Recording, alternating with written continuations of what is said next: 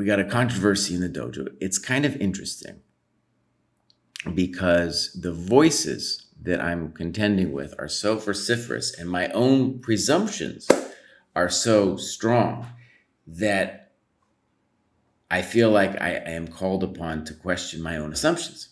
If you, first of all, read the Discord chatter, you'll get people who are under 1,000 talking deep stuff about openings. And you can tell they're spending a lot of time doing YouTube stuff and yada, yada.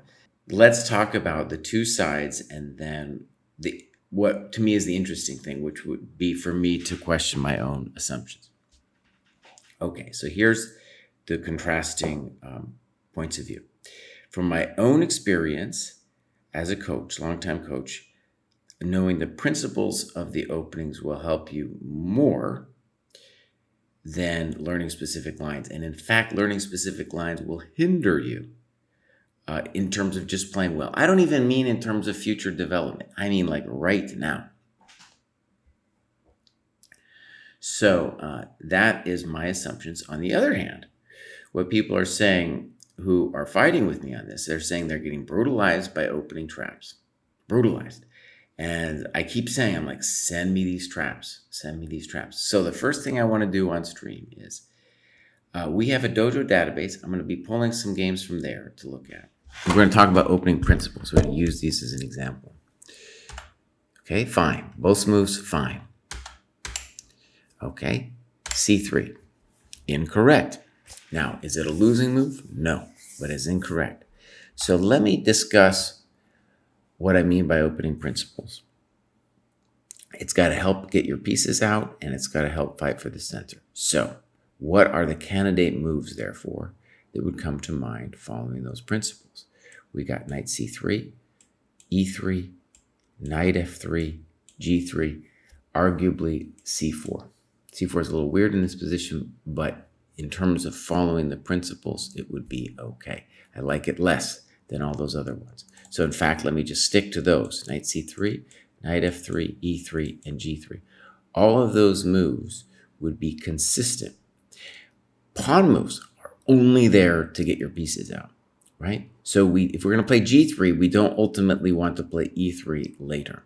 And these will be short, by the way. I'm not going to do the whole game. I'm just going to do the opening. So from that vantage, c3, definitely incorrect. And I want you to notice he's blocking the knight. Now, is it possible that he watched a YouTube video on the London that said build a pawn little tortoiseshell thing with this structure? Probably. And that's probably why he's playing c3. And that's a great example, if that's the case, great example of how opening videos can confuse you like crazy. Okay. Black, by the way, perfect. Nothing wrong with black's play. f3. Okay, now let's just say f3 is very controversial because it doesn't develop and it blocks the knight on g1. Notice what he's going to do. He's going to spend the next bit of time organizing this. It's going to take a lot of time. And when you do that, you're probably going to get punched in the face, right? Before you have time to do all that stuff. Now, black makes a sensible move, but let's talk about this. This is black's first inaccuracy.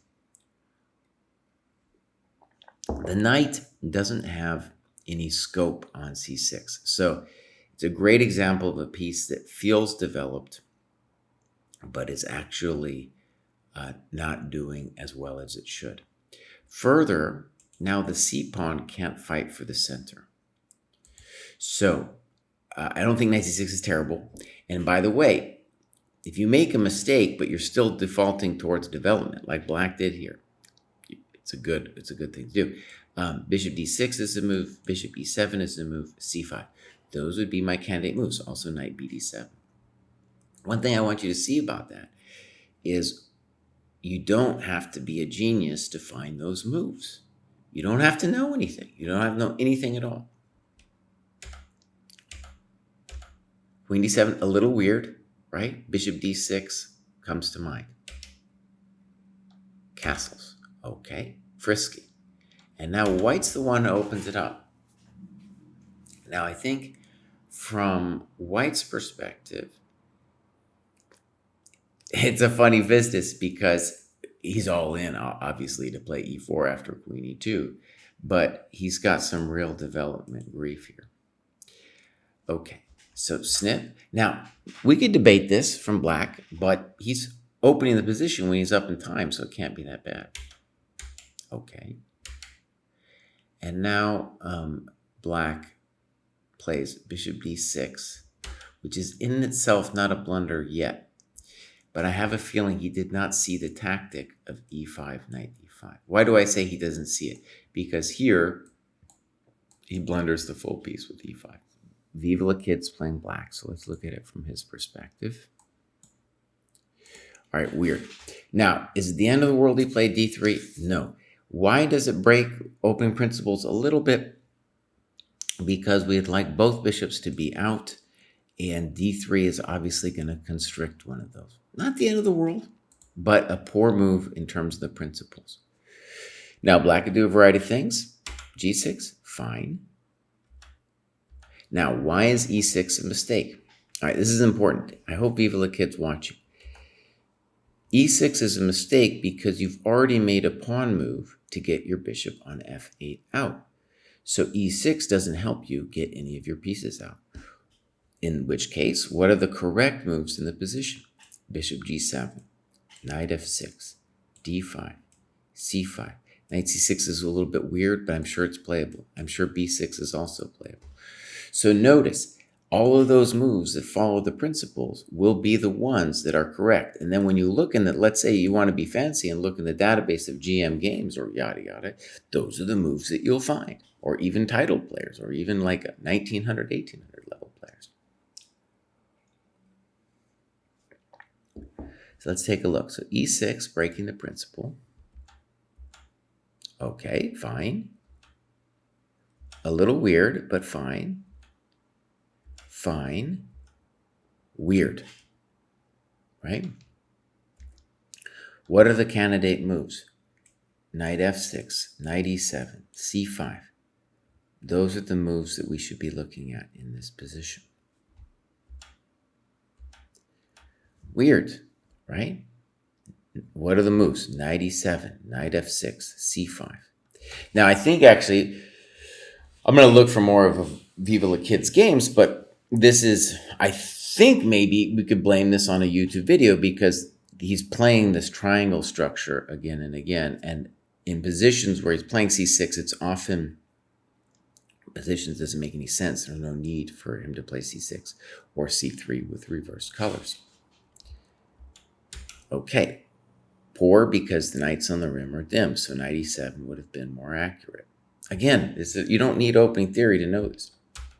d4, okay. Little weird. Little very weird. Castle early and often, and now after e5, the rook is going to be looking at the king. One of the things actually to take away from this, if you've played this way, notice that if you just following the principles, you can see like, oh, well, you didn't need to be a genius. Let me tell you a quick story. I love this story. I've had a couple of girlfriends who wanted to learn chess, right? And so we got them playing some games. They didn't really want to learn. They didn't want to learn from me necessarily or whatever. I just wanted to have a little fun. So I taught them the rules of development. And something that was really striking to me is after I yelled at them a little bit, like let's say they played a couple online games and I just went over the opening moves with them. And every time they didn't develop a piece or try to develop a piece, made too many pawn moves, I'd yell at them. Within 3 or 4 games, they were making GM level moves. I mean, these were people who had no idea. They were just beginning the game. And after a little bit, they were playing GM level opening moves. And I want to stress, like you can too, anybody can. And that's why following the principles is such a powerful thing, even for GMs, I know it's unbelievable. I know people don't believe me, but let's take a look at the next game here. Great, knight e4. Now, here's an interesting example. This move clearly is breaking some rules, though it's usually called as chess.com, so the bird's defense or something like that. And I think what's important to see about this is even though it's breaking some principles, it's important to understand why it might be viable. Okay? So, point one, it's important to understand that this pawn prevents the natural development of the knight. Point two, the bishop is kind of out to lunch now, right? Okay, so here we go. D3, A6. Now, A6 is actually a mistake. Doesn't seem like it should be, but the point of this opening is to play C6, gaining control for the queen, and then D5 later. But okay, here we go. Bishop C4, bishop A4 was also fine. Queen E7, breaking all the rules. All the rules. Right?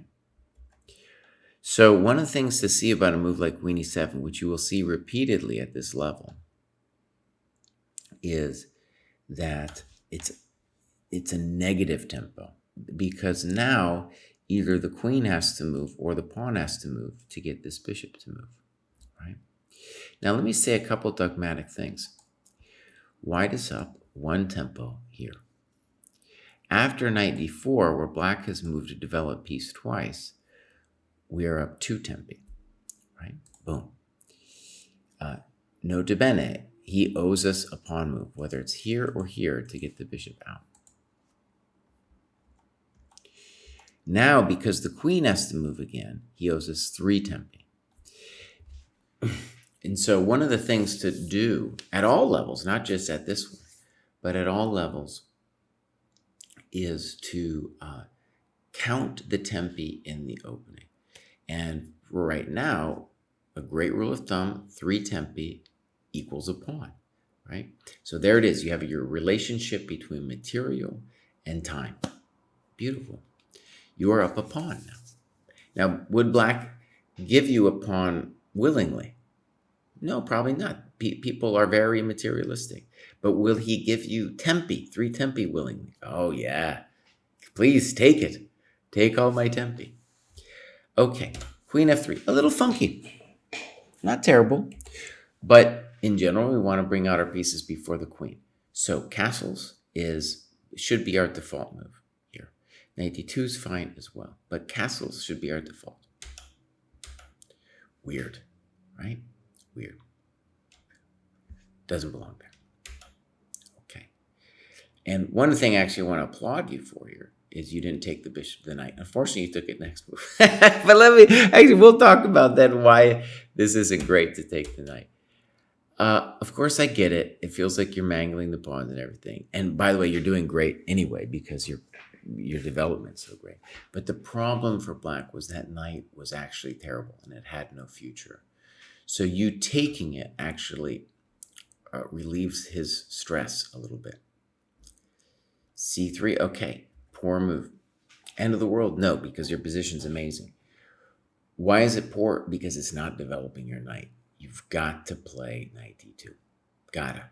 That knight's gotta come out. It's just gotta come out. Poor move. Now, here you got yourself in a little bit of grief because you're like, well, now I can't play knight d2 because my knight needs to move.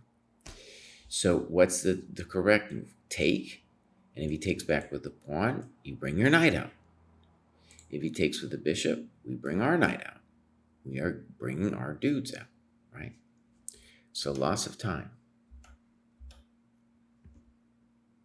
All right, so my friends, here it is. Here it is. If we can get Viva La Kid to understand why c4 was a horrendous move, we are on path. Welcome to the dojo, right? Okay, why is c4 horrendous? Because it's not a developing move. Our knight is crying out. He's crying out to be developed. And then on top of that, we have undeveloped our bishop. It's dead now. One of our worst, or one of our best pieces just became one of our worst. And I'm going to suggest that the reason he does this is because he's terrified of this, right? And that fear is going to lead him to shutting this bishop down. So one of the things in terms of opening play that we really want people to get a handle on is when you review your games, to say to yourself, I gotta fix my knight. And when I do something, when my hand is about to play a move like c4, to stop my hand, say, no hand, you don't get to play that move. And so c takes d, as suggested on the prior move, totally playable. But I want to stress that if you have found no other way, then knight d2, give him the pawn. It's better to give him the pawn than to play c4. Okay, so here we go. b5. Why is b5 a terrible move? Because it allows you, whenever you want, to play c takes b and fix your bishop. That's simple. Terrible move. You're not developing. Terrible move. Fixing your bishop.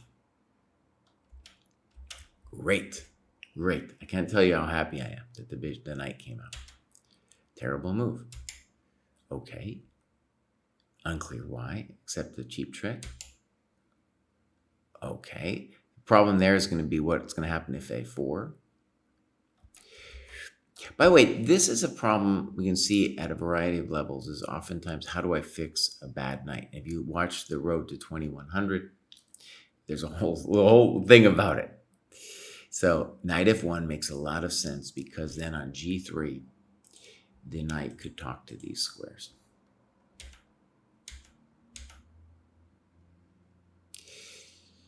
Right, now notice what happened. We were worried about bishop g4, and then all of a sudden things became funky. And notice our knight on b3 isn't doing anything. So things actually took a turn. Not a developing move. Notice what happened here. Your knight got hosed. That looks terrible. Okay, so one of the things that we end with here is, at the under 1,000 level, people hanging stuff, the dimension of material, right? I talked about this in the road to 800, road to 1,000, all that stuff. People hanging material will be the decisive aspect of the game.